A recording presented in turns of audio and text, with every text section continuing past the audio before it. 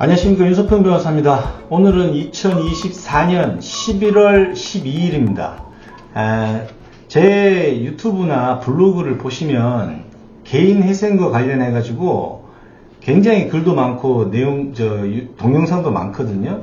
근데 이제 저희 직원들하고 이제 밑에 소속 변호사들이 이제 2025년 됐으니까 옛날 거 말고 개인회생 관련해서 영상을 하나 더 찍었으면 좋겠다 해가지고 또 찍게 된 겁니다.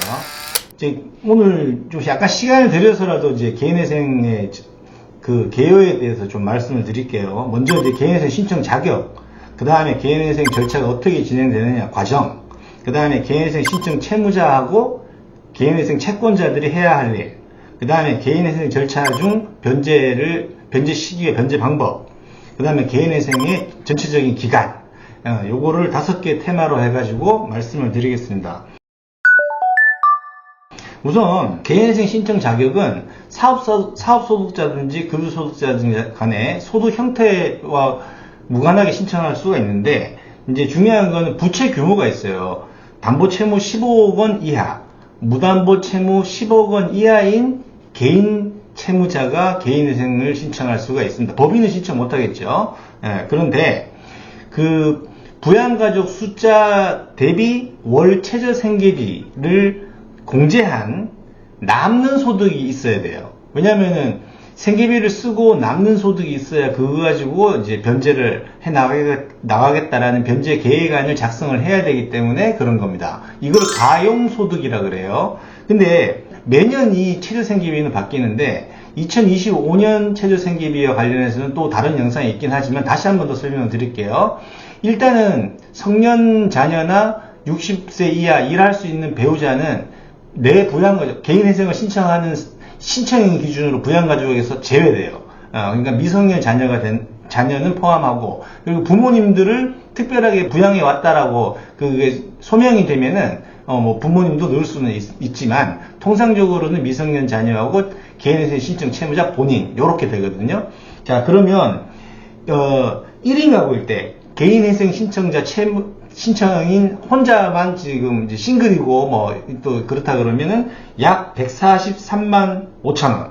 그 다음에 2인 가구 미성년 아기가 한 명 있다. 그러면 개인회생 신청 채무자 본인하고 아기하고 약 235만 9천 원. 그 다음에 3인 가구일 때는 약 301만 5천 원. 그 다음에 4인 가구일 때는 약 365만 8천 원. 요렇게 돼요. 그럼 계속 이제 부양가족 숫자가 늘어나게 되면은 증가를 하는 겁니다. 그러니까 요거는 이제 해마다 보건복지부 고시로 바뀌고 있기 때문에, 참고를 하셔야 되고, 또 변호사한테 사건을 맡기면 이 부양가족 책정해가지고 이제 변제 계획을 짜요. 자, 그렇게 되는 건데, 이 개인회생 절차는 개인 파산에 비해서 기간도 길고, 그 다음에 변제 계획안도 작성해야 되고, 또 면책 결정까지 변제 기간 동안에 변제를 완료를 해야지 이제 면책 결정을 해주는 거기 때문에 개인 파산보단 기간이 길고, 그리고 제출해야 될 서류나 보정 명령 같은 것들이 더 많습니다. 자, 그 다음에 개인회생 절차가 진행되는 속도는 각 회생법원이나 각 법원 또는 같은 법원이라 하더라도 파산부마다 이게 약간씩 다릅니다.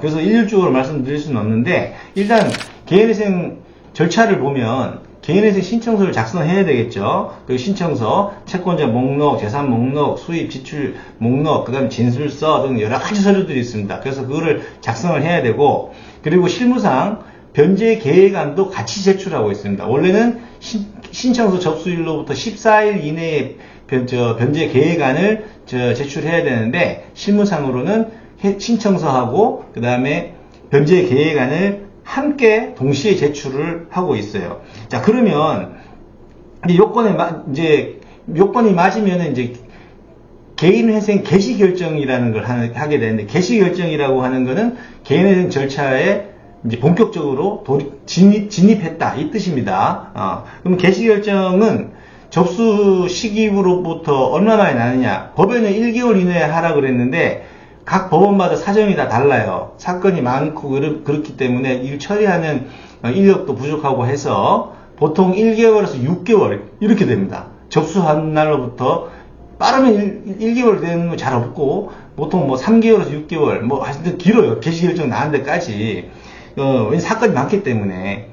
그래서 그렇게 되는 거고, 그 다음에 개인회생에서는 등장인물이 하나 있는데 회생위원이라는 사람이 하나 있습니다. 회생위원은 보통 개시결정 당시에 이제 선임을 하게 되는데, 이제 보통 그 관내, 그 회생법원이나 파산부가 있는 그 관내 이제 변호사들이 이제 개인회생위원 하겠다라고 이렇게 지원을 하면은 이제 그 법원에서 위촉해가지고 이제 리스트를 만들어서 사건마다 배당을 해줍니다. 그래서 요 변호사가 이제 회생위원 되는 거를 외부 회생위원이라고 하고, 법원의 이제 사무관들이나 이런 사람들이 그 회생위원이 되는 경우는 내부 회생위원이라고 해요. 그래서 근데 내부 회생위원을 선임하는 경우는 드물고 실무상은 대부분 외부 회생위원을 선임을 하게 됩니다. 이 외부 회생위원은 뭘 하는 거냐면 이제 개인회생 신청할 채무자가 있지 않겠어요? 그럼 채무자를 이제 면담을 합니다. 면담 날짜를 정해가지고 이제 언제 우리 사무실로 오시오 해가지고 면담하고, 그 다음에 이제 채무자 재산, 수입, 채권액, 그 다음 변제 계획안에 대한 이거 수행할 수 있냐 없냐 이런 의견도 제시하고, 그 다음 변제 계획안 인가 후에 그 변제 계획에 따라서 제대로 그 변제금을 납입하느냐 안 하느냐 이거를 이제 관리를 하는 거예요. 그 다음에 이제 그 개인회생 개시결정이 나면 이제 개시결정 안에 그 해당 사건의 스케줄, 그러니까 일정이 다 기재가 되어 있습니다. 그래서 개인회생 절차에서는 채권 신고 제도가 없어요. 채권 신고 제도가 없어서 개인회생 신청 채무자가 신청서상에 작성해서 낸 채권자 목록이 이제 개시결정과 동시에 채권자들한테 송달이 되거든요. 그러면 채권자들이 개별적으로 그걸 받아보고 내 채권이 맞나, 액수가 맞나, 그다음에 내 채권이 기재되어 있나 없나 이런 것들 확인을 하고, 그게 이제 틀리면 액수가 틀리다, 아니면 내 채권은 없다라고 한다. 그러면은 이제 그 이의기간이 정해져 있습니다. 개시결정문 판결문에 이의기간이 있어요. 채권자들은 그걸 이의를 해요. 이의를 하는 기간이 있기 때문에 그거를 보시면 되고, 그래서 채권자가 이의를 하게 되면은 여러 가지로 이제 검토를 해봐야 되지만 그 이의가 적정한 것인가를 판단을 해야겠죠. 그래서 판단해서 채권자 이의가 들어줄 필요가 없는 거면 그거는 이제 이의는 이제 물리치는 거고, 채권자 이의가 타당해, 이유가 있어요. 그러면은 채권자 목록을 수정하거나 변경하거나, 또는 채권조사 확정재판이라는 걸 통해서 간단한 그 재판 절차가 있어요. 개인회생 절차 내에. 그걸 통해서 채권을 확정을 하고, 이것도 안 된다 그러면 이의 이런 것들을 소송을 통해서 이제 채권을 정해야 됩니다. 액수도 정하고 채권이 있나 없나 이런 것들을 정하게 됩니다. 그게 채권자가 할 일은 뭐예요? 내 채권 제대로 돼 있나 채권자 목록 확인하고, 이의할 거 있으면 이의하거나, 좀 채권조사 확정 재판을 제기하거나, 이의의 소를 제기하거나, 그렇게 다투는 거 채권자들이 해야 됩니다. 개인회생 절차에서 이제 변제 방법과 변제 기간에 대해서 말씀을 드리면, 이제 통상적으로 이제 법에는 최초 변제는 변제 계획안 인가일로부터 1개월 이내에 이제 변제를 시작해라 이렇게 적혀 있는데, 실무상으로는 변제 계획안 제출일로부터 두 달 60일에서 90일 이내에 1회로 1회 변제 기간을 정하도록 되어 있는데, 실무상은 그렇게 안 하고 변제 계획안 인가 결정 이전에 통상 3개월분 변제금을 납입을 먼저 하도록 이제 하고 있습니다. 이게 대부분 법원이 이렇게 하고 있어요. 그래서 조문에는 인가일로부터 60일에서 90일 사이에 1회 변제를 시작하려 되어 있지만, 실무상으로는 변제 계획안 인가 결정 이전에 3개월분 변제금을 납부를 먼저 선납을 해놓고 있어야지 됩니다. 그 다음에 변제 시기는 아까 얘기했듯이 이제 변제 계획안 인가가 나면 그 변제 계획에 적혀 있는 이제 변제 날짜에 따박따박 내면 되는데, 이거 누구한테 변제금을 주느냐 하면은, 회생위원 계좌에다가 돈을 넣으면 돼요. 내가 채권자들한테 놀아주는 게 아니고, 회생위원한테 딱 내가 달달이, 생계비, 이제 소득이 생기면 생계비를 제외하고, 그 남는 가용소득을 회생위원 계좌에다가 입금을 하면 회생위원이 알아서, 채권자들에게 배분을 해주게 됩니다. 그 채권자들의 이익기간이 경과하면 채권자 집회를 한번 열거든요. 그래서 채권자 집회 기일에는 이제 그 신청인이 제출한 변제 계획안에 대해서 채권자들은 설명하고, 변제 계획안에 대해서 이의가 있나 없나 채권자들이 진술할 기회를 주고, 이제 그런 것이 이의가 없다 이렇게 되면은 집회는 종료를 하게 됩니다. 대부분의 변제 계획안이 파산했을 때보다 더 많이 변제하는 것으로 작성이 돼 있거든요. 그거를 이제 청산가치 보장의 원칙이라고 하는데, 파산시켰을 때보다 개인회생으로 했을 때 채권자들이 더 많이 채권을 회수할 수 있어야 되잖아요. 지금 당장 파산시키는 때보다 지금 3년 또는 5년간 변제기간인데, 개인회생 절차에서 변제기간이, 그때까지 분할 상환 기다리면서 돈 받고 있는데, 파산시켜서 당장 배당 받는 것보다 적다 그러면 3년, 5년 동안 기다릴 이유가 없지 않겠습니까? 자, 그래서 그런 요건들이 이제 충족이 되면은 법원은 변제 계획안에 대해서 인가 결정을 대부분 해주게 되어 있습니다.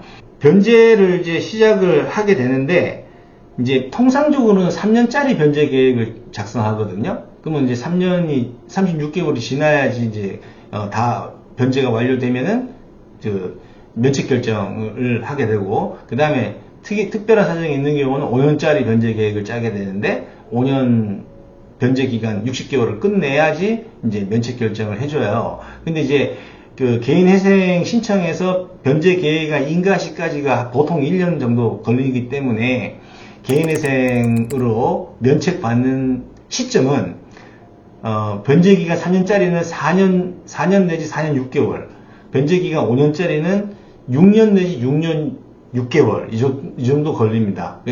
개인 파산은 보통 1년에서 1년 6개월 사이면 면책 결정이 나는 데 비해서 요거는 변제기간이 3년 5년 여기에 개입이 되기 때문에 면책받는 데까지 기간이 상당히 걸립니다. 다만 이제 변제 계획안이 인가가 됐는데 3개월분 이상 연체될 경우에 회생위원한테 매달 지급해야 될 변제금을 3개월분 이상 연체했을 경우에는 직권으로 개인회생 절차가 폐지가 될 수가 있어요. 면책 결정 못 받고 그 절차가 닫아지는 겁니다. 그러면 재신청해야 돼요. 예. 그래서 특별한 사정이 없는 한 이제 3년 동안 5년 변제 후에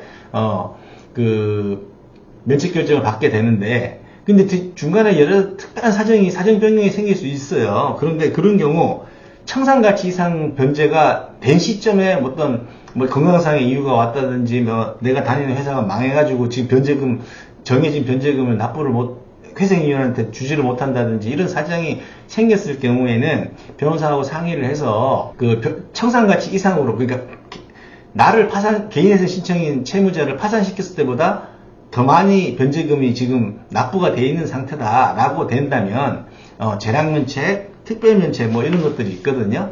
그런 것들을 전문가하고 상의를 해서 절차를 진행하면 됩니다.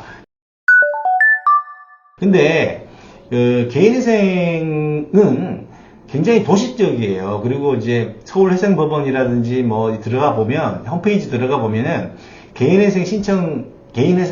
파산 신청 양식이 다 있거든요. 이제 그걸 다운로드 받아가지고 이제 할 수도 있는데, 그러다 보니까 이게 지금 그 서면 작업만 기계적으로 도식적으로 그냥 하게 되면 개인 회생이나 개인 파산에서 개별 구체적인 어떤 사정들을 반영해야 되는데 그런 것들이 안 될 수가 있거든요. 그리고 이 개인회생 개인 파산은 변호사가 법원에 출석하지를 않아요. 그래가지고 이제 전국에 있는 사건을 다 할 수 있어, 서울에서도. 그래서 이 변호사가 이게 사건을 관리하고 해야 되는데, 개인회생 파산이 도식화되어 있다 보니까는, 정형화되어 있다 보니까는 브로커들이 좀 있습니다. 브로커들이 있는 경우는 이제 변호사 명의를 빌려갖고 자기가 영업 의뢰인들 모집하고 영업하고, 그리고 이제 뭐 수수료 변호사 떼주고 뭐 이렇게 하는 경우도 있거든요. 그런데 보면은 내 사건이 면책될 때까지 그 로펌이나 사무소가 있어야 되는데, 그런 경우 그 브로커가 개입돼 가지고 있는 사건들은 이게 한 2, 3년 후에 그 사무실이 없어지는 경우가 있거든요. 예, 그럼 골치 아픈 거죠. 이제 그러면 이제 또 다른 데 또 물어봐야 되고 뭐 이렇게 되는 건데, 그런 것들은 그 변호사가 작성한 블로그 글이나 뭐 유튜브 영상이나, 그리고 상담 시 어떤 과정으로 이게 이루어지는 건지 이런 것들을 면밀하게 살피면서 사건을 맡기실 때 그런 거를 점검을 해 보셔야 돼요. 뭐 싸다고 다 맡기 좋고 비싸다고 좋고 이런 건 아니에요. 적정 수익료라는 것이 사건마다 다 있는 거기 때문에, 이제 개인회생 신청하시는 분들 지금 뭐 현금이 부족하니까 싼데 가급적 하고 싶어 하는 그 심리는 알겠지만, 내 사건이 면책돼야지 이게 끝나는 건데, 아까 얼마나 끝나요? 3년 변제면은 4년 내지 4년 6개월 후에 면책되고, 5년 변제 계획 아니면은 6년이나 6년 6개월 후에 면책이 되는데, 그 사이에 로펌이나 변호사가 없어져 버렸어. 그러면은 골치 아파지는 겁니다. 그래서, 전문 변호사, 이게 대한변협 들어가서 그 변호사 이름을 쳐보면은 도산이 전문으로 되어 있는지 확인하시고 선임을 하시고, 그리고 그 변호사가 작성한 블로그 글이라든지 뭐 동영상이 있다면 동영상이라든지 보시고, 여기는 이제 뭐 중간에 사무실이 없어져 버린다든지 그런 염려는 없겠구나, 이런 걸 하셔야 돼요. 점검을 하셔야 돼요, 사전에. 그래서 전문 변호사를 선임을 하시는 것이 더 중요하고, 지금 이렇게 설명을 드렸지만 맡기시면 시키는 대로 하시면 돼요. 예.